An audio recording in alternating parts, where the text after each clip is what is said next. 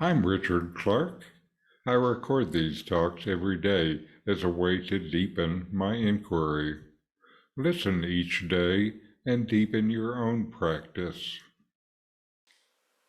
Welcome. I'm reviewing and commenting on the book Talks with Sri Ramana Maharshi.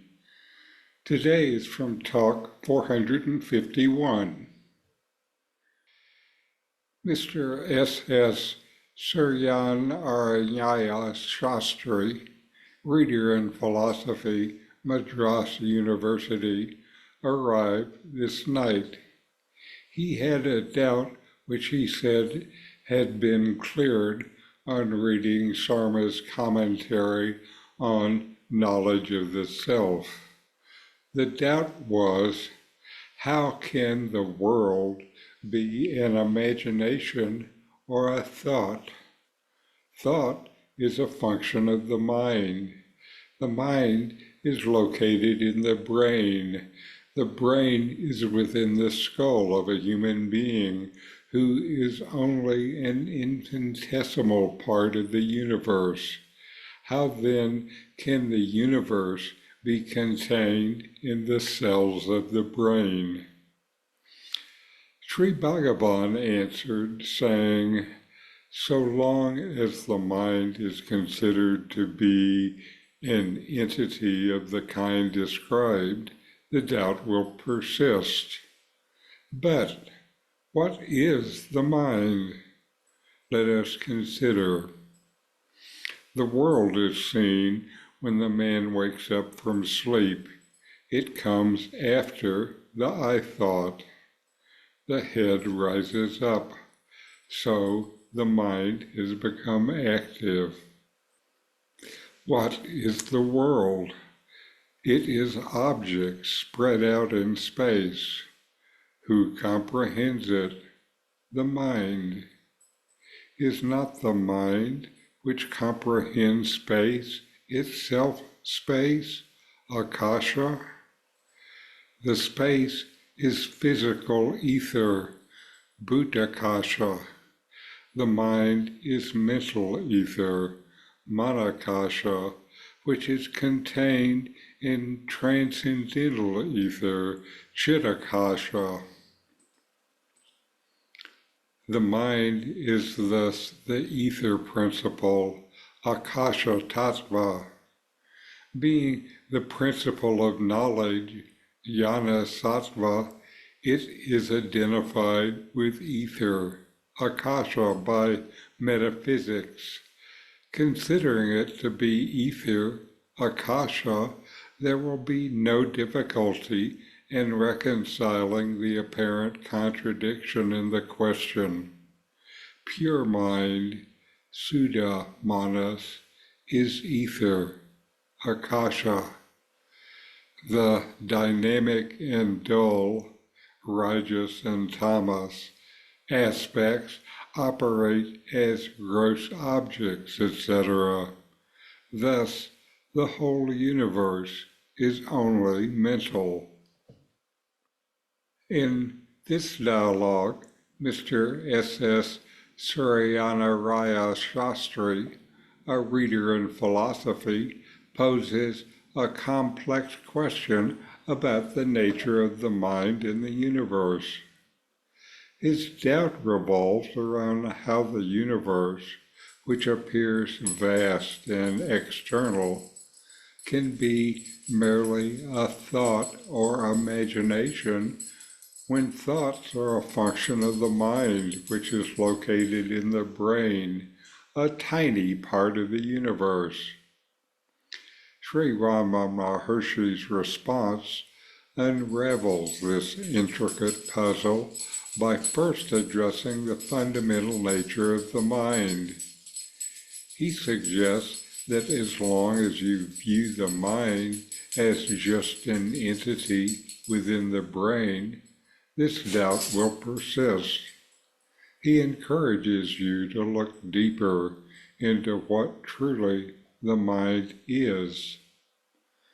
According to Ramana, the world you perceive emerges after the I thought upon waking from sleep.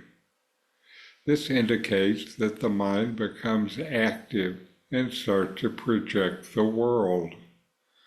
The mind, in this context, is what comprehends space and objects. He explains that the mind itself can be considered a form of space or ether, akasa. To clarify further, Ramana breaks down the concept of ether into three types: physical ether, bhootakasa. This is the space where physical objects exist. Mental ether, manakasa. This is the space where thoughts and the mind operate. Transcendental ether, chidakasa. This is the pure consciousness, or the self, which contains everything, including the mind. By equating the mind to mental ether contained within transcendental ether, Ramana shows that the mind, being a principle of knowledge, can indeed encompass the universe. He emphasizes that the pure mind is identified with ether, and when the mind operates dynamically through rajas and tamas, the active and dull aspects, it manifests itself as the gross objects of the universe. Thus, Ramana concludes that the entire universe is mental, a projection of the mind. This perspective aligns with the teachings of Advaita Vedanta, where the world is often seen as a projection of consciousness.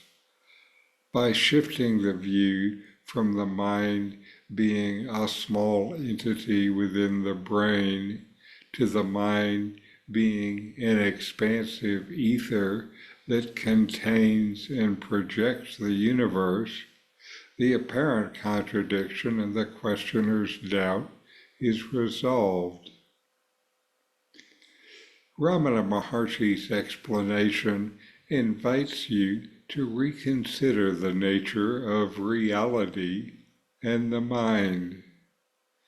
It challenges the conventional view of the mind as confined to the brain and offers a broader perspective where the mind as mental ether has the capacity to encompass and project the entire universe, rooted in the transcendental self.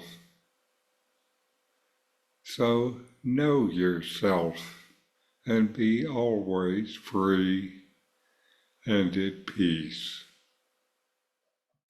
In 40 verses on reality, Ramana Maharshi explains the nature of the self, the ultimate reality, and self-inquiry.